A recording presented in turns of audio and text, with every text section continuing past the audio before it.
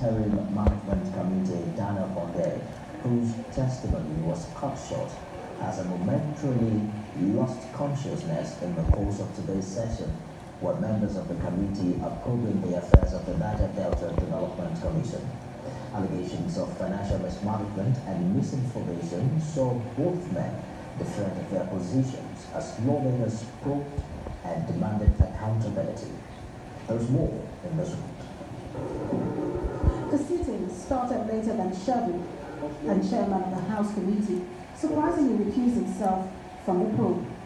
For Nigerians to know, I'm not on a mission of vengeance. I wish to humbly appeal to my colleagues to recuse me from presiding over this particular meeting. The committee, which is in its fourth day of hearing, appointed Deputy Chairman Thomas Ereyitomi to allow the proceedings to continue.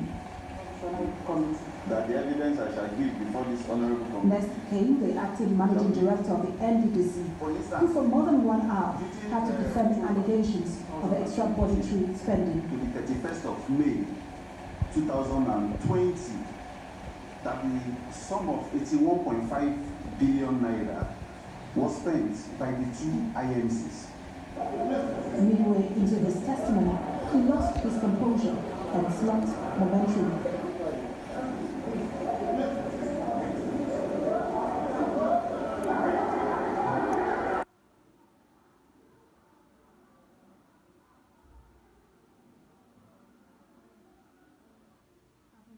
To regain his composure, he was rushed out of the city for medical help. The panel was compelled to go on the break. On resumption, Speaker of the House of Representatives, Femi Bajabiamila, made a surprise appearance, asking for calm and order to allow proper hearing to go on. Just a fact-finding mission which will involve question and answer. Afterwards, Minister of Niger Delta, Goodswill Akpabio, took the stand and was allowed 30 minutes to speak. Let me thank you for. He denied many of the issues earlier raised. And there is an ongoing forensic audit.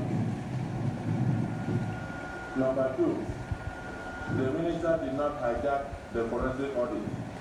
It is ongoing and it is going in line with due process. And then came a heated exchange.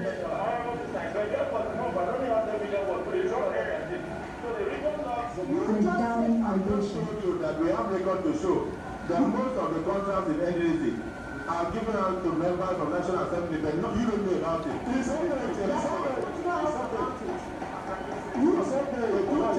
The two chairmen can explain to you. The members of the panel won't allow that slide. I'm not aware. I'm telling you that. Sorry, with right honourable member. I think I must correct myself. I was giving an example of a contract of 10.9 billion in the chairman's place. The panel have gotten enough and allowed the minister to exit. The petitioner, Kolawole Johnson, was invited for further clarification. You were here last week. The panel adjourned the sitting indefinitely. Last week, President Buhari, through his aide, demanded speedy investigation into the many allegations against the NDDC. With the hearing concluded, now attention is shifted to the leader to verify whether this will bring an end to the strings of fraud consistently alleged in the NDDC, or will end up in the trash can of history like other probes in the past.